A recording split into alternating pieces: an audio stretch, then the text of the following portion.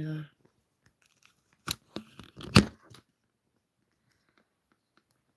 And we're good. Hopefully.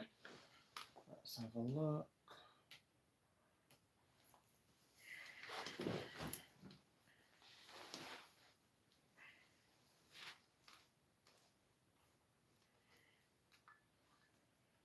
Let's get all nice and cozy.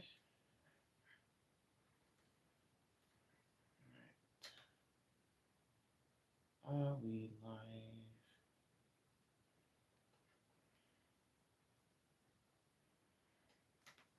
Yes, we're live.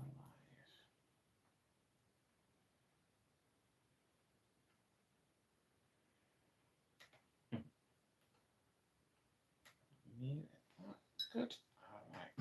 Let's make a start.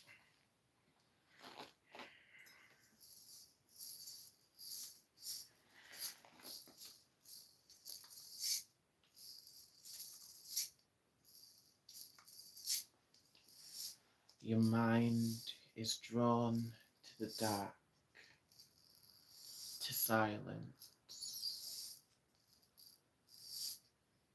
to the spaces where something feels just out of reach. So tonight, we won't resist it. We'll follow it downward into an ancient place where a child is taken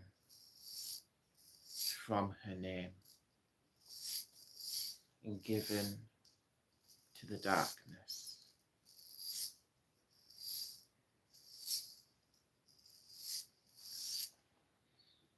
The Tombs of Atuan.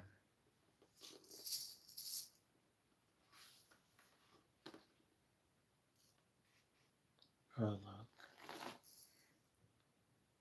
Come home, Tenar, come home.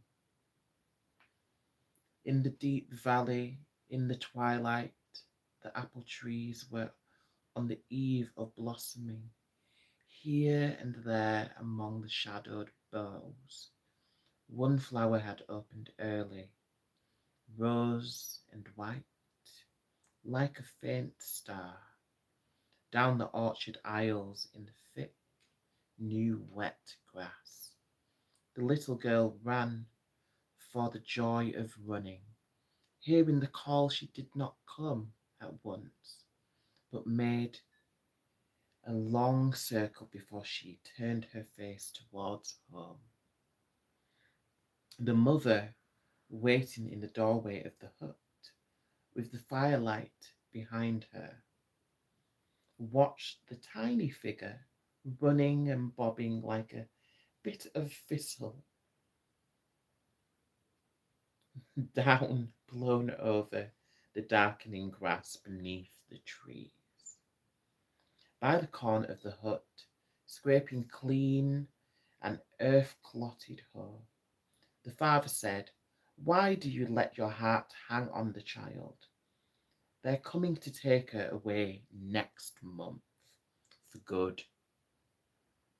Might as well bury her and be done with it. What's the good of clinging to one you're bound to lose? She's no good to us. If they'd pay for her when they took her, that would be something, but they won't. They'll take her, and that's the end of it."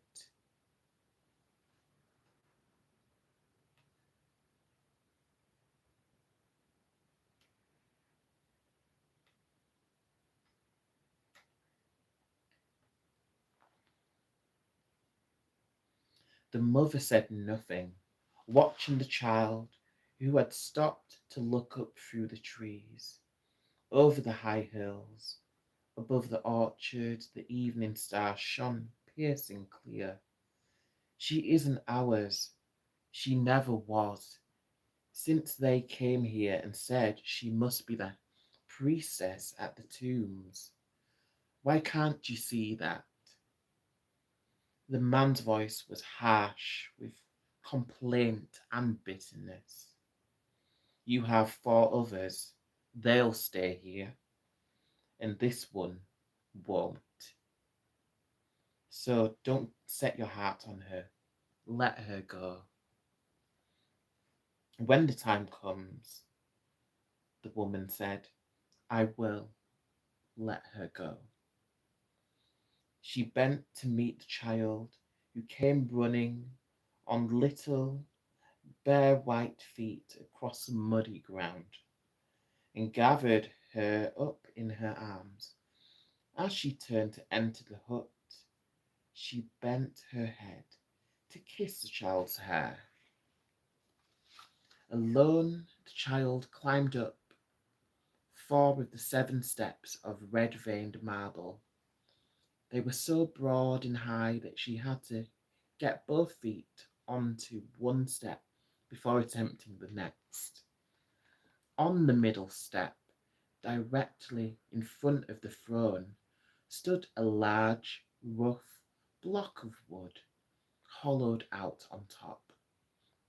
The child knelt on both knees and fitted her head into the hollow, turning it a little sideways. She knelt there without moving.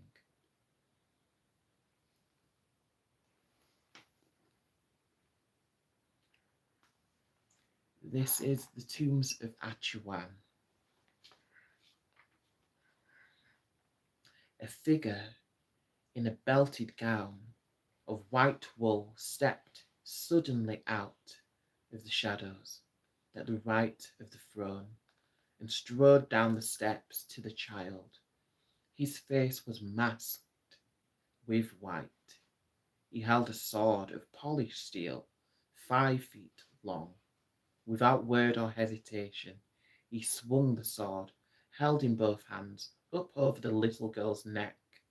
The drum stopped beating as the blade swung to its highest point, and poised, a figure in black darted out from the left side of the throne, leapt down the stairs, and stayed the sacrificer's arm with slender arms.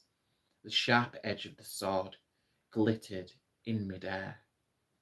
So they balanced for a moment, the white figure and the black, both faceless, dancer-like, above the motionless child, whose white neck was bared by the parting of her black hair.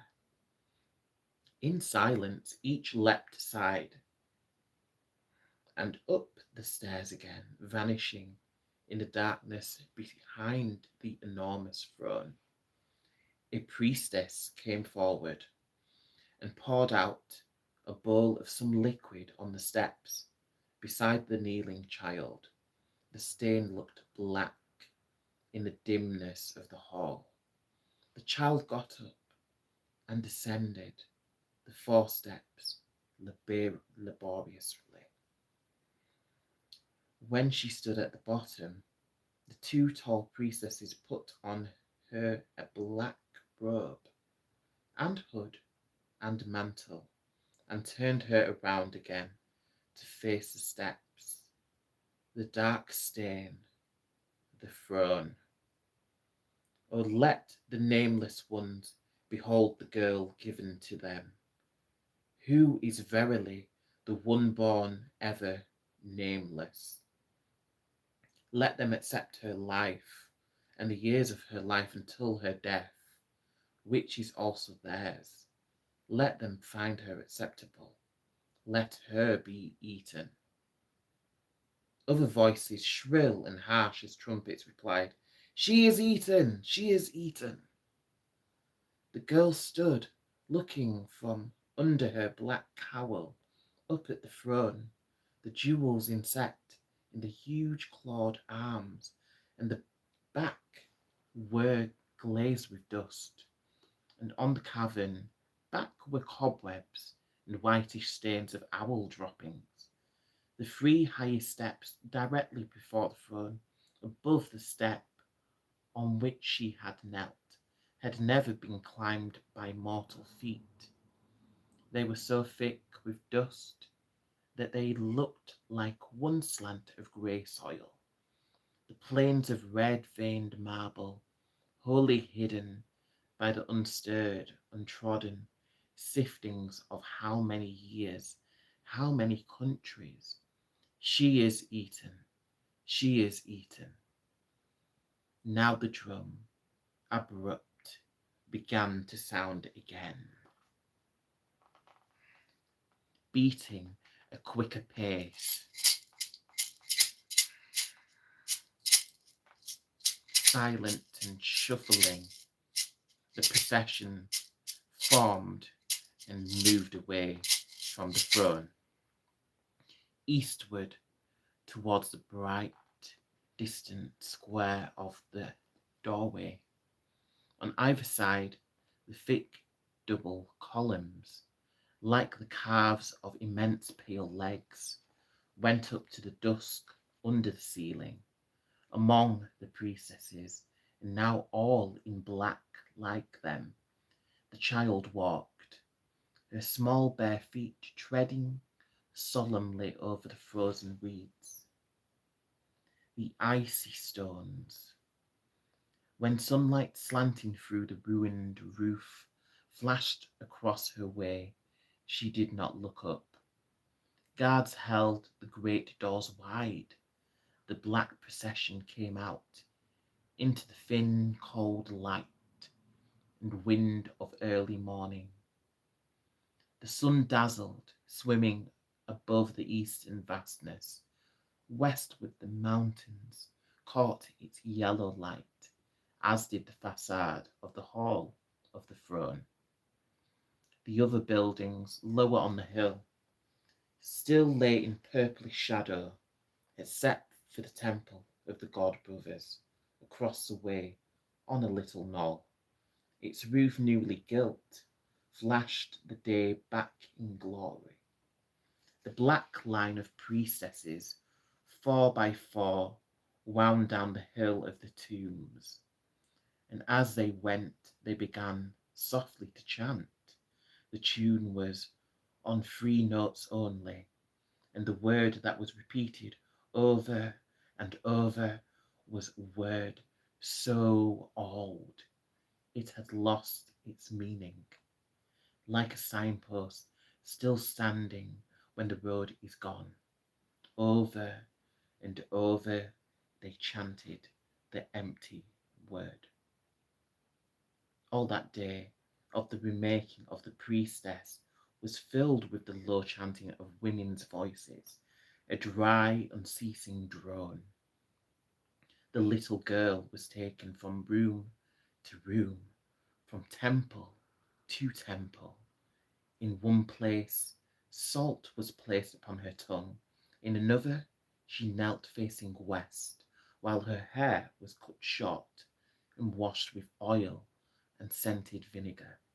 In another, she lay face down on a slab of black marble behind an altar, while shrill voices sang a lament for the dead.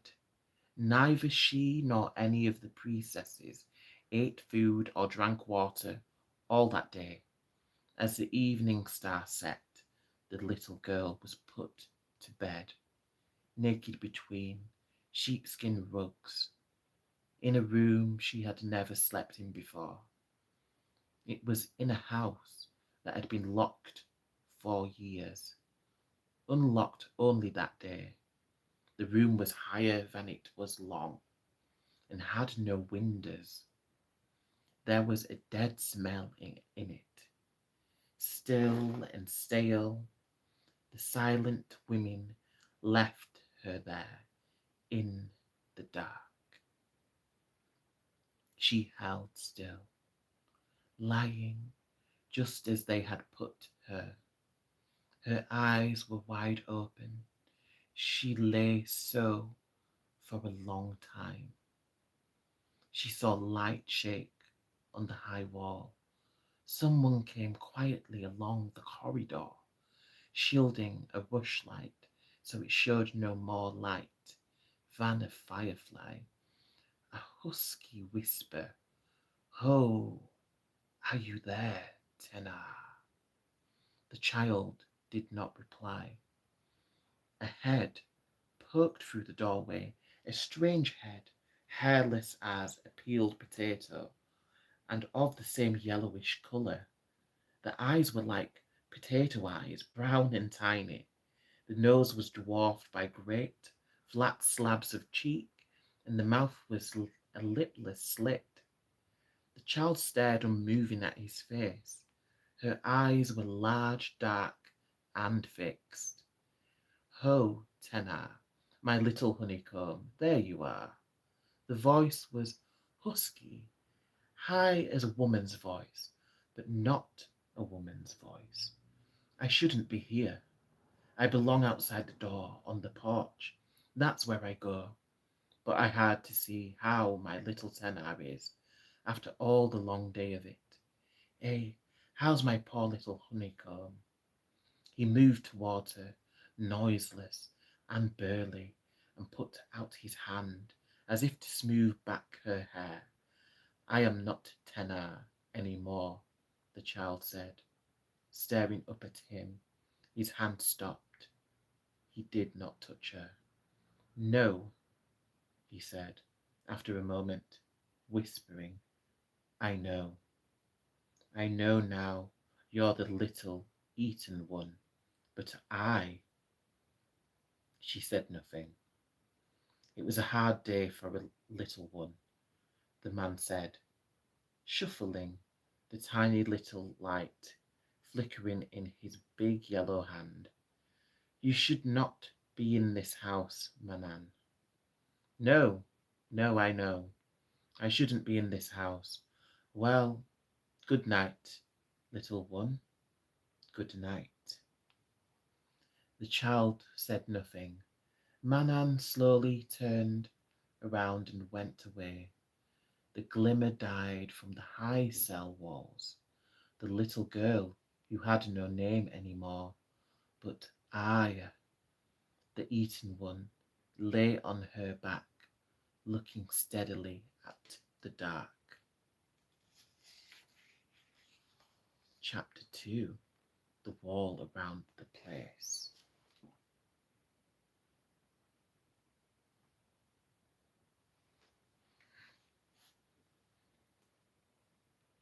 Hello, Leanne. Chapter 2. The wall around the place. As she grew older, she lost all remembrance of her mother. Without knowing, she had lost it. She belonged here, at the place of the tombs. She had always belonged here. Only sometimes, in the long evenings of July, as she watched the western mountains, dry and lion-coloured in the afterglow of sunset, she would think of a fire that had burned on a hearth long ago, with the same clear yellow light. And with this came a memory of being held, which was strange for her. For here she was seldom even touched, and the memory of a pleasant smell, the fragrance of hair freshly washed and rinsed in sage-scented water, fair long hair, the colour of sunset and firelight, that was all she had left. She knew more than she remembered, of course, for she had been told the whole story when she was 7 or 8 years old, and first beginning to wonder who indeed this person called Aya was, and she had gone to her guardian, the warden Manon, and said, "Tell me how I was chosen, Manon." "Oh, you know all that, little one." And indeed she did. The tall, dry-voiced priestess far had told her till she knew the words by heart, and she recited them. "Yes, I know. At the death of the one priestess of the Tombs of Atuan, the ceremonies of burial and purification are completed within 1 month by the moon's calendar, After this, certain of the priestesses and wardens of the place of the tombs go forth across the desert, among the towns and the villages of Atuan, seeking and asking. They seek the girl child who was born on the night of the priestess's death. When they find such a child, they wait and they watch. The child must be sound of body and of mind, and as it grows, it must not suffer from rickets, nor smallpox, nor any deformity, nor become blind. If it reaches the age of 5 years, unblemished, then it is known that the body of the child is indeed the new body of the priestess who had died. And the child is made known to the God King in our bath, and brought here to her temple, and instructed for a year. And at the year's end she is taken to the hall of the throne, and her name is given back to those who who are her masters, the nameless ones, for she is the nameless one, the priestess ever reborn. This was all word for word as Far had told her. She had never dared ask for a word more. The thin priestess was not cruel, but she was very cold, and lived by an iron law. And Arya was in awe of her, but she was not in awe of Manon, far from it, and she would command him, "Now tell me how I was chosen."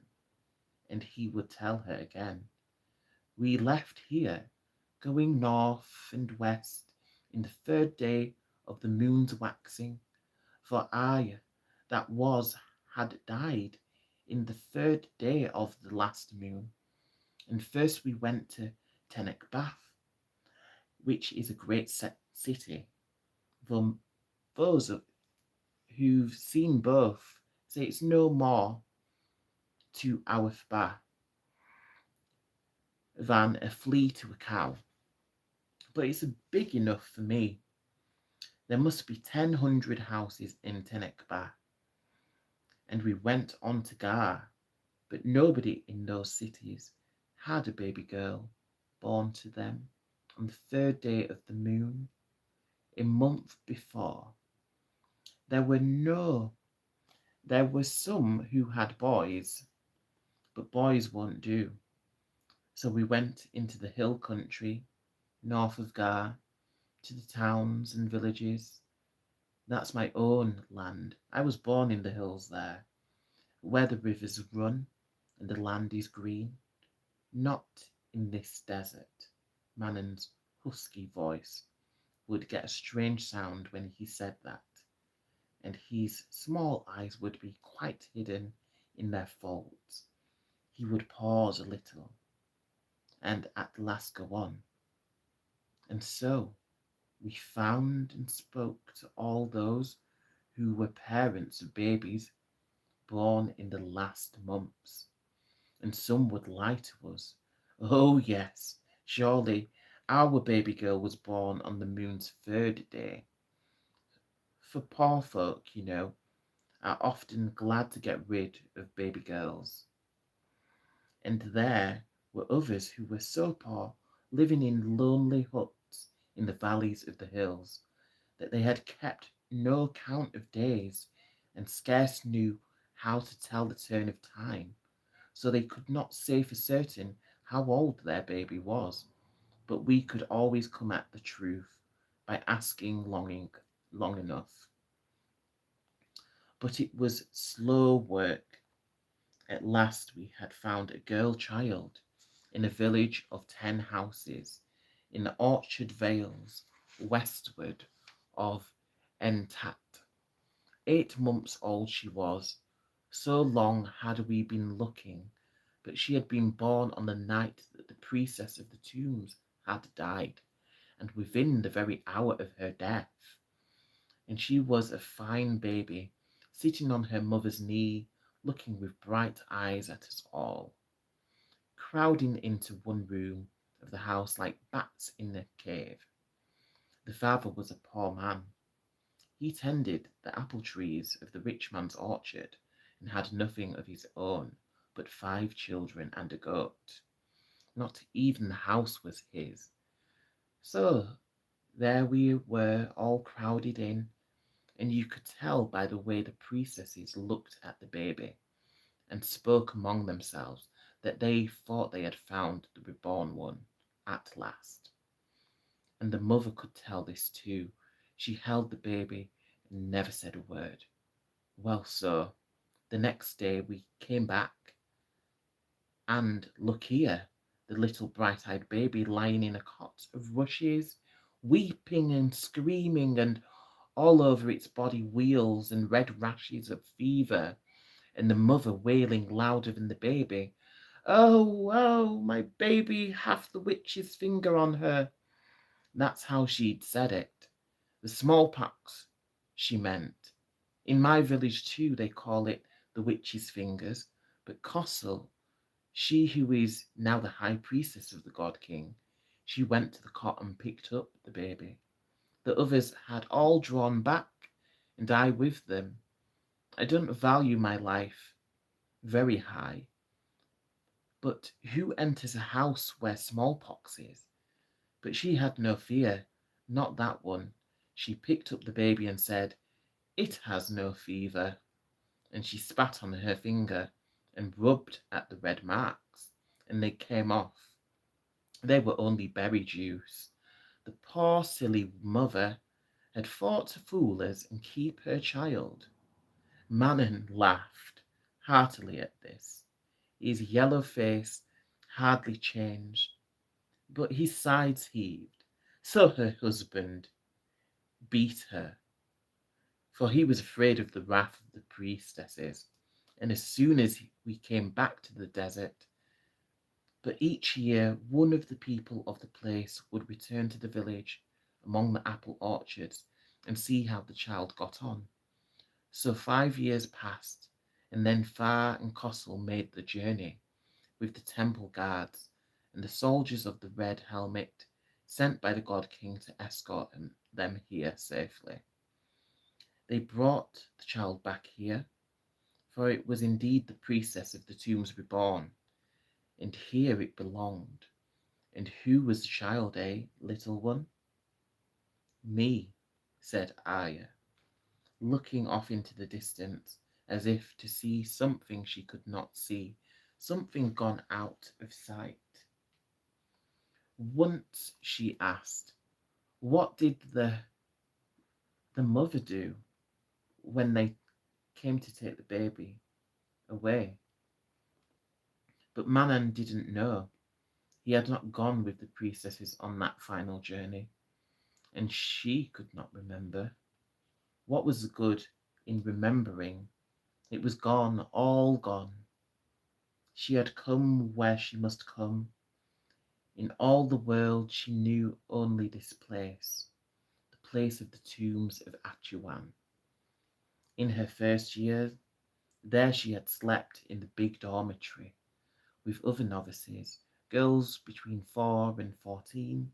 Even then, Manan had been set apart among the 10 wardens as her particular guardian, and her cot had been a little alcove partly separated from the long, low-beamed main room of the dormitory in the big house, where the girls giggled and whispered before they slept, and yawned and plaited one another's hair in the grey light of morning, when her name was taken from her and she had become Arya. She slept alone in the small house, in the bed, and in the room that would be her bed and her room for the rest of her life. That house was hers, the house of the one priestess, and no one might enter it without her permission. When she was quite little still, she enjoyed hearing people knock submissively on her door and saying, "You may come in," and it annoyed her that the two high priestesses, Kossel and Far, took her permission for granted and entered her house without knocking. The days went by, the years went by, all alike. The girls of the place of the tombs spent their time at classes and disciplines. They did not play any great games. There were no time for games. They learned the sacred songs and the sacred dances, the histories of car-guarded lands, and the mysteries of whichever of the gods they were dedicated to. The god king who ruled in Awithba, or the twin brothers Atwa and Wula. Of them all, only Aya learned the rites of the nameless ones, and these were taught to her by one person, Fa, the high priestess of the twin gods. This took her away from the others for an hour or more daily, but most of her day, like theirs, was spent simply working. They learned how to spin and weave the wool of their flocks, and how to plant and harvest, and to prepare the food they always ate: lentils, corn, ground to a coarse meal for porridge, or a fine flour for unleavened bread, onions, cabbages, goat's cheese, apples, and honey. The best thing that could happen was to be allowed to go fishing in the murky green river that flowed through the desert a half-mile northeast of the place, to take along an apple or a cold bannock for lunch and sit all day in the dry sunlight among the reeds, watching the slow green water run and the cloud shadows change slowly on the mountains. But if you squealed with excitement when the line tensed and you swung it in a flat, glittering fish to flop onto the riverbank and drown in air, then Mebith would hiss like an adder. Be still, you screeching fool! Mebith, who served in the God King's temple, was a dark woman, still young, but hard and sharp as obsidian. Fishing was her passion. You had to keep on her good side and never make a sound, or she would not take you out to fish again, and then you'd never get to the river except to fetch water in summer when the wells ran dry. That was a dreary business, to trudge through the searing white heat, a half-mile down to the river, a half a mile down to the river, fill the two buckets on their carrying pole, and then set off as fast as possible uphill to the place. The first 100 yards were easy, but then the buckets began to grow heavier, and the pole burned your shoulders like a bar of hot iron, and the light glared on the dry road, and every step was harder and slower. At last you got to the cool shade of the back courtyard of the big house by the vegetable patch, and dumped the buckets into the great cistern with a splash. And then you had to turn around to do it all over again, and again, and again.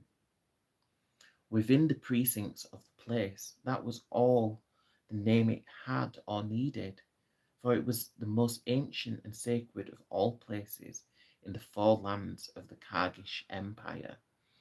A couple of 100 people lived, and there were many buildings: 3 temples, the big house and the small house, the quarters of the eunuch wardens, and close outside the walls the guards' barracks, and many slaves' huts, the storehouses and sheep's pens and goats' pens and farm buildings.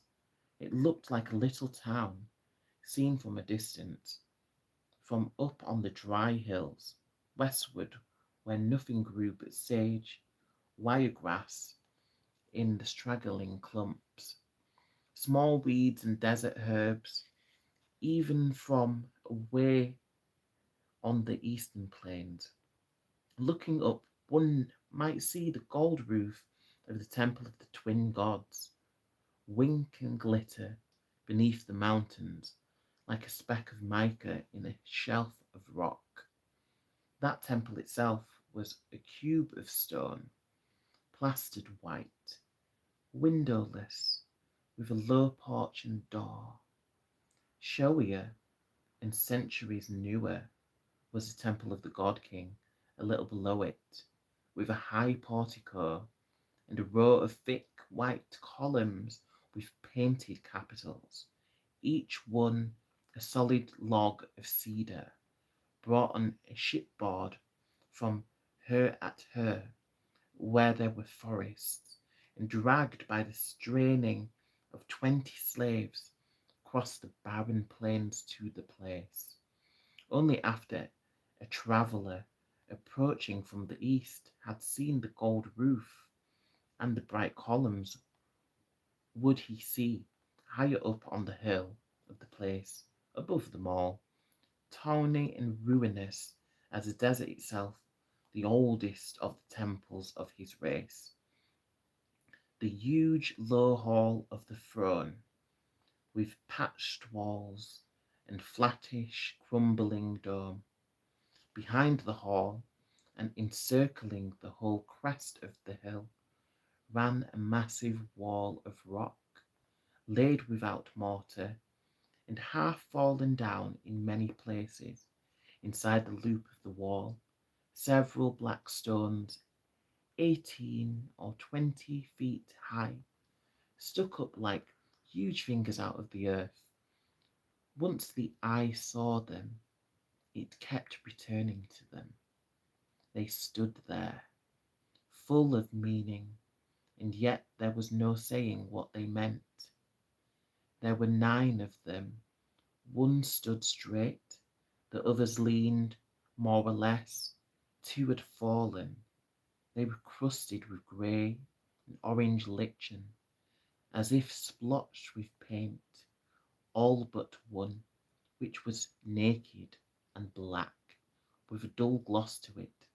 It was smooth to the touch, but on the others, under the crust of lichen, vague carvings could be seen, or felt with the fingers, shapes, signs. These 9 stones were the tombs of Atuan. They had stood there, it was said, since the time of the first men, since earth sea was created. They had been planted in the darkness when the lands were raised up from the ocean's depths. They were older by far than the god kings of Kargad, older than the twin gods, older than light. They were the tombs of those who ruled before the world of men came to be, the ones not named, and she who served them had no name. She did not go among them often, and no one else ever set foot on that ground where they stood, on the hilltop within the rock wall, behind the hall of the throne. Twice a year at the full moon, nearest the equinox of spring and of autumn, there was a sacrifice before the throne, and she came out from the low back door of the hall, carrying a great brass basin full of the smoking goat's blood. This she must pour out, half at the foot of the standing black stone, half over one of the fallen stones, which lay embedded in the rocky dirt, stained by the blood offering of centuries. Sometimes Aya went by herself in the early morning and wandered among the stones, trying to make out the dim humps and scratches of the carvings brought out more clearly by the low angle of the light. Or she would sit there and look up at the mountains westward and down at the roofs and the walls of the place all laid out below, and watch the first stirrings of activity around the big house and the guards' barracks, and flocks of sheep and goats going off to their sparse pastures by the river. There was never anything to do among the stones. She went only because it was permitted her to go there, because there she was alone. It was a dreary place, even in the heat of noon in the desert summer. There was a coldness about it. Sometimes the wind whistled a little between the two stones that stood closest together, leaning together as if telling secrets, but no secret was told. From the tomb wall, another lower rock wall ran, making a long irregular semicircle about the hill of the place, and then trailing off northward towards the river. It did not so much protect the place as it cut it in two. On one side, the temples and houses of the priestesses and wardens; on the other, the quarters of the guards and the slaves who farmed and herded and foraged for the place. None of these ever crossed the wall, except that on certain very holy festivals the guards and their drummers and players of the horn would attend the procession of the priestesses, but they did not enter the portals of the temples. No other men set foot upon the inner ground of the place. There had once been pilgrimages, kings and chieftains coming from the forelands to worship there. The first god king, a century and a half ago, had come to enact the rites of his own temple, yet even he could not enter among the tombstones. Even he had to eat and sleep outside the wall around the place. One could climb that wall easily enough, fitting toes into crevices. The Eton one and a girl called Penth were sitting up on the wall one afternoon in late spring. They were both 12 years old. They were supposed to be in the weaving room of the big house, a huge stone attic. They were supposed to be at the great looms, always warped with dull black wool, weaving black cloth for robes. They had slipped outside for a drink at the well in the courtyard, and then Arya had said, "Come on," and had led the other girl down the hill, around out of sight of the big house, to the wall. Now they sat on top of it, 10 feet up, their bare legs dangling down on the outside, looking over the flat plains that went on and on to the east and north. "I'd like to see the sea," said Penth. "What for?" said Arya, chewing the bitter stem of a weed that she'd picked from the wall.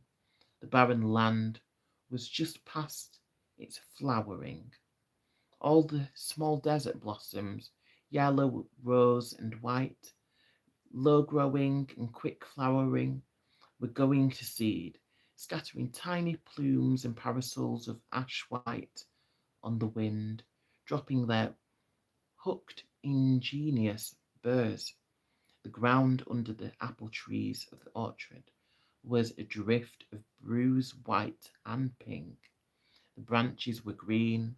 The only green trees were within miles of the place. Everything else, from horizon to horizon, was a dull, tawny desert colour, except that the mountains had a silvery bluish tinge from the first buds of the flowering sage. "Oh, I don't know what for. I'd just like to see something different. It's always the same here. Nothing happens.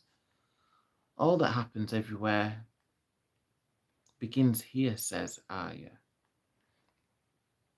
"Oh, I know, but I'd like to see some of it happening." Penth smiled. She was a soft, comfortable looking girl. She scratched the soles of her bare feet on the sun-warmed rocks and after a while went on, "You know, I used to live by the sea when I was little. Our village was right behind the dunes, and we used to go down and play on the beach sometimes. Once I remember we saw a fleet of ships going by, way out at sea. We ran and told the village, and everybody came to see. The ships looked like dragons with red rings. Some of them had real necks with dragon heads. They came sailing by Atuan, but they weren't Kargish ships. They came from the west, from the inner lands. The headman said everybody came down to watch them. I think they were afraid they might land. They just went by. Nobody knew where they were going. Maybe to make war in Carrigo at. But think of it, they really came from the Sorcerer's Islands, where all the people are colour of dirt, and they can all cast a spell on you, easy as winking. Not on me, Arya said fiercely. I wouldn't have looked at them. They're vile, accursed sorcerers. How dare they sail so close to the Holy Land? Oh well, I suppose the God King will conquer them some day and make them all slaves. But I wish I could see the sea again. There used to be a little octopuses in the tide pools, and if you shouted boo at them, they all turned white. There comes that old man looking for you.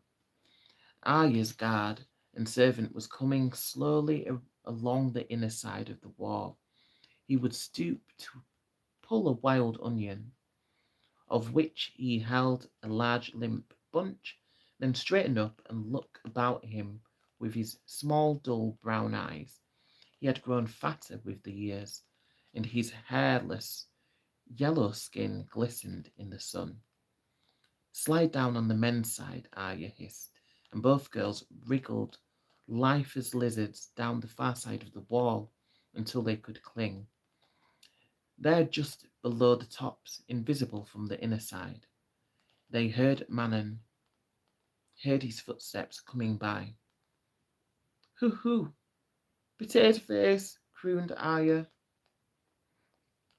a whispering jeer faint as the wind among the grasses. The heavy tread halted. Ho there, said the uncertain voice. Little one, Arya? Silence. Manon went forward. Hoo hoo, potato face. Hoo, potato belly, Penth whispered in imitation, and then moaned, trying to suppress giggles. Somebody there? Silence. Oh, well, well, well, the eunuch sighed, and his slow feet went on. When he was gone over the shoulder of the slope, the girl scrambled back up onto the top of the wall. Penth was pink with sweat and giggles, but Arya looked savage. The stupid old bellwether, following me around everywhere. He has to, Penth said reasonably. It's his job, looking after you. Those I serve look after me. I please them. I need please nobody else. These old women and half men, these people should leave me alone. I am the one priestess. Penth stared at the other girl. Oh, she said feebly. Oh, I know you are, Aya. Then they should let me be, and not order me about at all of the time. Penth said nothing for a while, but sighed and sat swinging her plump legs, gazing at the vast pale lands below that rose so slowly to a high, vague, immense horizon. You'll be giving the orders pretty soon, you know, she said at last, quietly. In 2 more years, we won't be children anymore. We'll be 14. I'll go into the God King's temple, and things will be about the same for me. But you'll really be the high priestess then? Even Kossel and Far will have to obey you. The eaten one said nothing. Her face was set. Her eyes under black brows caught the light of the sky in a pale glitter. We ought to go back, Pemp said. No. But the weaving mistress might tell Far, and soon it'll be time for the 9 chants. I'm staying here. You stay too. They won't punish you, but they will punish me, Pence said.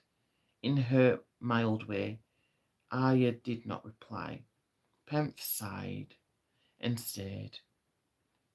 The sun was sinking into haze high above the plains. Far away on the long, gradual slant of the land, sheep bells clanked faintly and lambs bleated. The spring wind blew in dry, faint gusts, sweet smelling. The 9 chants were nearly over when the 2 girls returned. Mebith had seen them sitting on the men's wall and had reported this to her superior, Kossel, the high priestess of the God King. Kossel was heavy-footed and heavy-faced, without expression in face or voice. She spoke to the 2 girls, telling them to follow her. She led them through the stone hallways of the bigger house, out of the front door, up the knoll, to the temple of Atwa and Wula. There she spoke with the high priestess of that temple, Far, tall and dry and thin as the leg bone of a deer. Kossel said to Penf, "Take off your gown." She whipped the girl with a bundle of reed canes, which cut the skin a little. Penf bore this patiently with silent tears. She was sent back to the weaving room without supper, and the next day also she would go without food. If you are found climbing over the men's wall again, Kossel said, there will be very much worse things than this that will happen to you. Do you understand, Penf? Kossel's voice was soft, but not kindly. Penf said, yes, and slipped away, cowering and flinching as her heavy clothing rubbed the cuts on her back. Arya had stood beside Far to watch the whipping. Now she watched Kossel clean the canes of the whip. Far said to her, "It is not fitting that you are seen climbing and running with other girls. You are Arya." She stood sullen and did not reply. "It is better that you do only what is needful for you to do. You are Arya." For a moment the girl raised her eyes to Far's face, then to Kossel's, and there was a depth of hate or rage in her look that was terrible to see. But the Finn priestesses showed no concern. Rather, she confirmed, leaning forward a little, almost whispering, "You are Arya. There is nothing left. It was all eaten." "It was all eaten," the girl repeated, as she had repeated daily, all the days of her life, since she was 6. Far bowed her head slightly, so did Kossel. As she put away the whip, the girl did not bow, but turned submissively and left. After the supper of potatoes and spring onions, eaten in silence in the narrow, dark refectory, after the chanting of the evening hymns and the placing of the sacred words upon the doors, and the brief ritual of the unspoken, the work of the day was done. Now the girls might go up to the dormitory and play games with dice and sticks, so long as the single rushlight burned and whispered in the dark from bed to bed. Arya sat across the courts and slopes of the place, as she did every night, to the small house where she slept alone. The night wind was sweet, the stars of spring shone thick, like drifts of daisies in spring meadows, like the glittering of light on the April sea. But the girl had no memory of meadows or the sea. She did not look up. "Ho there, little one." "Manon," she said indifferently. The big shadow shuffled up beside her, starlight glinting on his hairless pat. "Were you punished?" "I can't be punished." "No, that's so. They can't punish me, they don't dare." He stood with his big hands hanging, dim and bulky. She smelled wild onion and the sweaty, sagey smell of his old black robes, which were torn at the hem and too short for him. "They can't touch me, I am Arya," she said in a shrill, fierce voice, and burst into tears. The big, waiting hands came up and drew her to him, held her gently, smoothed her braided hair. "There, there, little honeycomb, little girl." She heard the husky murmur in the deep hollow of his chest and clung to him. Her tears stopped soon, but she held on to Manon as if she could not stand up. "Poor little one," he whispered, and picking the child up, carried her to the doorway of the house, where she slept alone. He set her down. "All right now, little one." She nodded, turned from him, and entered the dark home.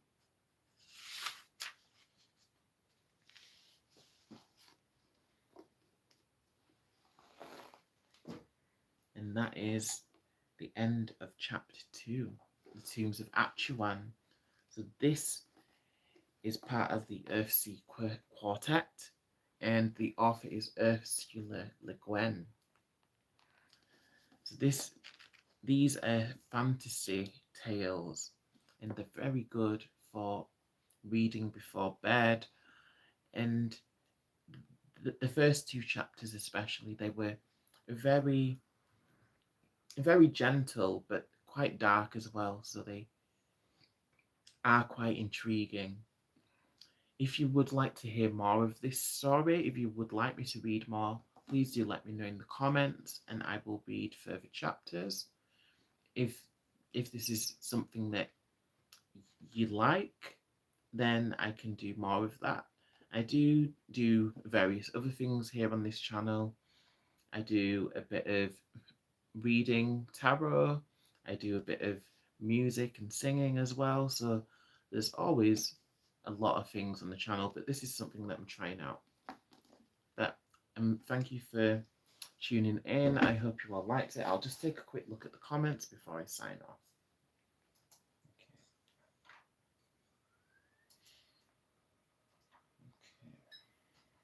Okay. I see. Willow, Phil, Phil is sent some hearts. Thank you, Phil. Okay. Yeah, it was very intriguing. Very intriguing story. I'll read you what it says on the back of this. Oh, oh, what on earth happened there? But I'll read you the back of what it says about the Earthsea Quartet. So it says, "A wizard of Earthsea, the tombs of Atuan, the farthest shore in Tehanu." So yeah, this is a quartet. So there's 4 books, all put within this tome. It's a very good book. It's one of my favourite books, to be fair. So it says, "A superb work of fantasy comparable with the work of Tolkien and C.S. Lewis. The Earthsea books follow the fortunes of the wizard Ged from his childhood to an age where magic is giving way to evil. As a young dragon lord, Ged, whose username is Sparrowhawk, he is sent to the island of Roke to learn the true way of magic. A natural magician, Gerd becomes an archmage and helps the priestess Tena escape from the labyrinth of darkness. But as the years pass, true magic and ancient ways are forced to submit to the powers of evil and death. These four spellbinding works of imaginative genius offer a parable that is sometimes joyous, sometimes sobering for readers of all ages. Okay, so that is a synopsis of this quartet,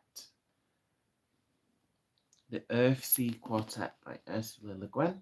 I'm going to sign off now, so please do check out some of the other videos. There are a few meditations if you like stuff that's nice and relaxing as well.